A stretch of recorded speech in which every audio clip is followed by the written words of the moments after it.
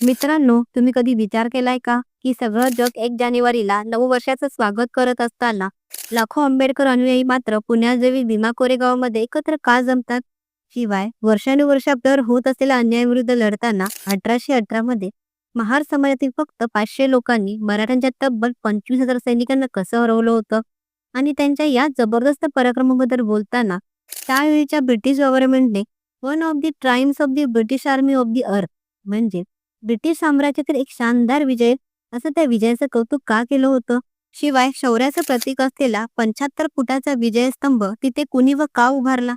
मित्रांनो, एकंदरीतच कोरेगाव भीमाचा खरा इतिहास काय आहे हेच आज आपण या व्हिडिओमध्ये बघणार आहोत. हॅलो मित्रांनो, माझं नाव प्रियंका आणि तुमचं स्वागत आहे माझ्या युट्यूब चॅनलवर. मित्रांनो, कोरेगाव भीमा येथे दरवर्षी 1 जानेवारीला लाखो आंबेडकर अनुयायी का जमतात व इथला खरा इतिहास काय आहे हे बघण्यासाठी आपल्याला थोडंसं इतिहासात जावं लागतं.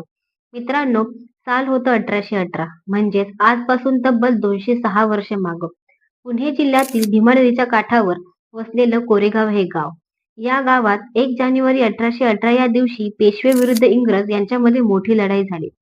मित्रांनो, या लढाईची इतिहासात पेशवे विरुद्ध इंग्रज अशी जरी नोंद असली तरी तिचे खरं स्वरूप ब्राह्मण विरुद्ध दलित समाज असं होतं. त्याचं कारण असं की पेशवाईच्या काळात अस्पृश्यतेचे पालन मोठ्या प्रमाणावर होत होते. महार, मांग तसेच इतर अस्पृश्यांना अत्यंत हीन वागणूक दिली जात होती. दरम्यान ब्राह्मणांनी जबरदस्तीने ही अस्पृश्यता लादल्याने महार समाज त्यांच्यावर अत्यंत नाराज होता. त्यावेळी ही अनिष्ट पद्धत बंद करण्याबाबत महार समाजाने ब्राह्मणांना सांगितलं. मात्र त्यांनी ते ऐकलं नाही. या कारणामुळेच महार समाजाने ईस्ट इंडिया कंपनीच्या तुकडीत सामील होण्याचा निर्णय घेतला.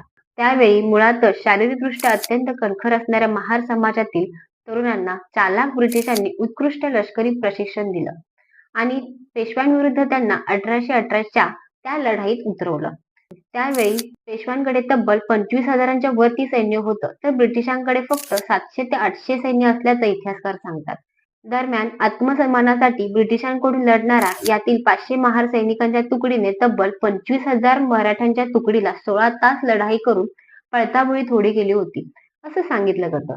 वरवर बघता या लढाईत महार सैनिकांनी मराठा सैनिकांचा पराभव केला असं दिसत असलं तरी प्रत्यक्षात मात्र महार समाजाचा समावेश असलेल्या तुकडीने मराठ्यांना नाही तर ब्राह्मणांना नमवलं होतं.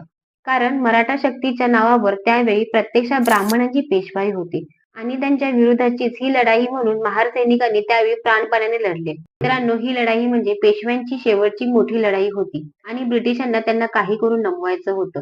म्हणूनच ब्रिटिशांनी अगदी हुशारीने महार समाजातील व्यक्तींना हाताशी घेतलं आणि पेशवाई संपुष्टात आणली. दरम्यान ब्राह्मणांनी अस्पृश्यतेची प्रथा बंद केली असती तर ही लढाई कदाचित झालीच नसती असंही काही इतिहासकारांचं मत आहे. मित्रांनो, त्या युद्धात 1 जानेवारी 1818ला ब्रिटिशांनी तुलनेने अतिशय मोठ्या प्रमाणात असलेल्या मराठ्यांवर अभूतपूर्व विजय मिळवला आणि या विजयामध्ये अत्यंत महत्वाचे योगदान दिल्याबद्दल आणि अतुलनीय शौर्य गाजवल्याबद्दल महार समाजातील सैनिकांच्या स्मृतीप्रित्यर्थ ब्रिटिशांकडून भीमा कोरेगाव येथे तब्बल 75 फुटाचा विजयस्तंभाची उभारणी करण्यात आली आणि या विजयस्तंभावर one of the triumphs of the British army of the earth म्हणजेच ब्रिटिश साम्राज्यातील एक शानदार विजय असं कौतुकाचे शब्दही ब्रिटिशांनी लिहून ठेवले. शिवाय या स्तंभावर युद्धात वीरमरण पत्करलेल्या 20 सैनिकांची आणि जखमी झालेल्या 3 सैनिकांची नावही करण्यात आली आहेत.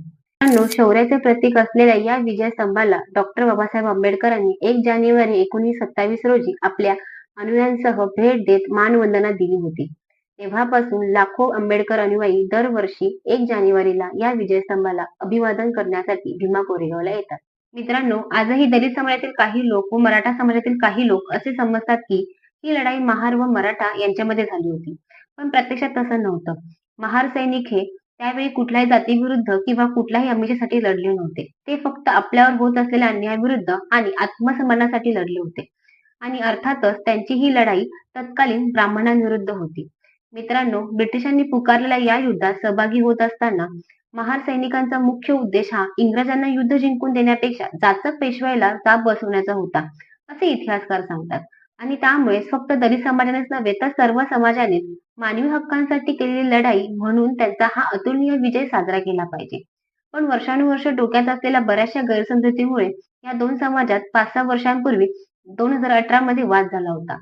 मित्रांनो, 2018 मध्ये कोरेगाव भीमाच्या युद्धाला 200 वर्ष झाल्यानिमित्त मोठ्या प्रमाणात अनुयायी विजयस्तंभाला अभिवादन करण्यासाठी तिथे जमले होते. त्यावेळी या दोन समाजात तणाव निर्माण होऊन तिथे दंगल सदृश्य परिस्थिती निर्माण झाल्याचं दिसून आलं होतं. मुळात हा तणाव अनाठायी होता. कारण कोरेगाव भीमाची लढाई ही कोणत्याही एका जातीने दुसऱ्या जातीवर मिळवलेला विजय नसून ती त्या एका समाजाने आपल्यावर होणाऱ्या अन्यायाविरुद्ध संघर्ष करून त्यावर केलेली मात होती.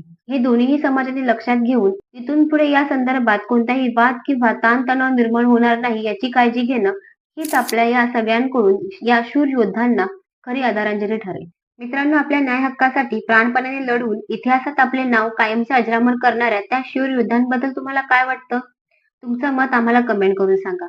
शिवाय हा व्हिडिओ तुमच्या मित्रालाही शेअर करा. तुर्तास हा व्हिडिओ आवडल्यास आमच्या चॅनलला लाईक, शेअर करा आणि असेच माहितीपर व्हिडिओ पाहण्यासाठी या YouTube चॅनलला सबस्क्राईब